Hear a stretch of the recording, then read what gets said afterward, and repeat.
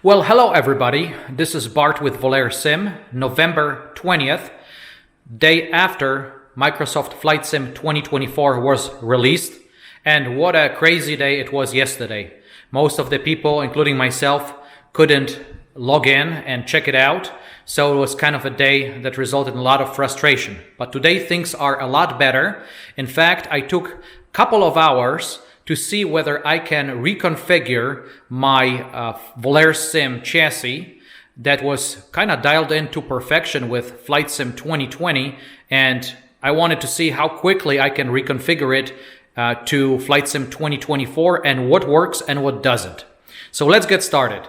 First of all, a little bit about the hardware. So obviously the Volair Sim Chassis, I've got the optional left-hand keyboard mount. I just relocated the keyboard from right to left. We do have the independent large triple display stand that has three 42-inch TVs mounted onto it. We then have the Volair Sim Avionics panel, the G1000 Avionics panel with the RealSimGear G1000 suite, the Honeycomb Alpha Yoke, the Honeycomb Bravo Throttle, the Thrustmaster rudder pedals, the smaller plastic ones, not the pendular ones. And then I've got an iPad mounted to the Avionics panel. The panel's got some provisions for mounting an iPad with an optional mount. And I've got the iPad running ForeFlight and being synchronized with the sim. But I digress. So let's start at the beginning. So I loaded the sim. And immediately, obviously, nothing kind of is connected and works. So prepared that it's going to be like that. But then I noticed that when I launched the software called SPAD Next, which I recommend, I noticed that all of my buttons here on the throttle and on the yoke that were mapped on Flight Sim 2020 worked perfectly with the Flight Sim 2024. So big time save, so you don't have to remap a lot of that. So then I just had to map the axis and just minor tweaks with the controllers. Now the RealSimGear stuff, the displays obviously work, so you just basically undock them with holding the right Alt key and then clicking on the display and then sliding them over onto their respective displays. But unfortunately the software doesn't work, and I tried moving the folders in a community folder from Flight Sim 2020 to 2024, and that did not work. So I think we need to wait until RealSimGear updates the drivers. Then the external view, which comprises of the three displays that are connected to an NVIDIA graphics card, that used to be an experimental feature, if you remember, in Flight Sim 2020, and now it is standard.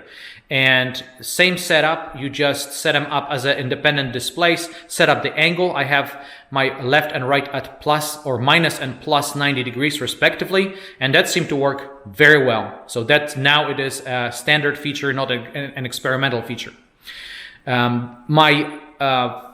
As I mentioned, my iPad is running ForeFlight, and it's using a free software called Flight Events, and it also works great. So the position here, we're in Sedona. I have this thing paused so the sound is not distracting and anything. But you can see that the ForeFlight now it's synchronized with the Flight Sim 2024 using the Flight Event software. So that also works.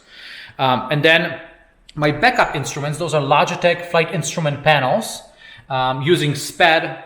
That all works as well. So in about a couple of hours of learning, the new menus and everything and doing some minor tweaks, I was able to essentially get my Flight Sim 2020 setup, which as I said, I was very happy with it. It was running flawlessly now into the Flight Sim 2024. Now, granted, that's just for one aircraft.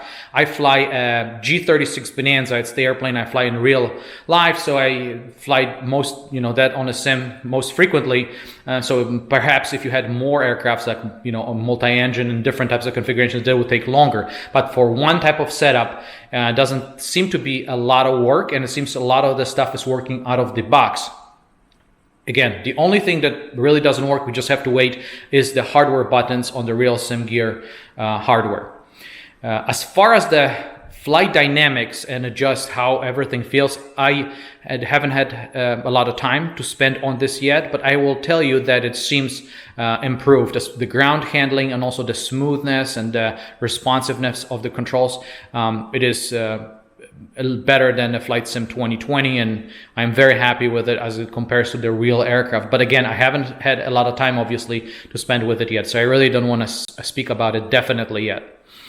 I hope that this was helpful for you if you're trying to, well, maybe you're thinking about setting up a sim and or thinking about migrating from Flight Sim 2020 to 2024, or worried about, man, if I do this is going to be another huge exercise of configuration. It doesn't seem to be the case. Last thing I would say, I have this thing turned on to developer mode so I can see what kind of frame rates are. It seems like the performance is comparable to the Flight Sim 2020. Now, of course, you might have to adjust some sliders and settings. Of course, this is a lot of horsepower that is running here on a single computer, because essentially we've got 5 displays. I just really shoot for 30 frames per second, and I seem to be able to achieve that with the Flight Sim 2024 with minimal tweaking of the sliders. So mostly everything is to high or medium high in the configuration. I hope that you found this video helpful. If you do have any questions, please put them down below, and or contact us at support@volairsim.com. Thank you.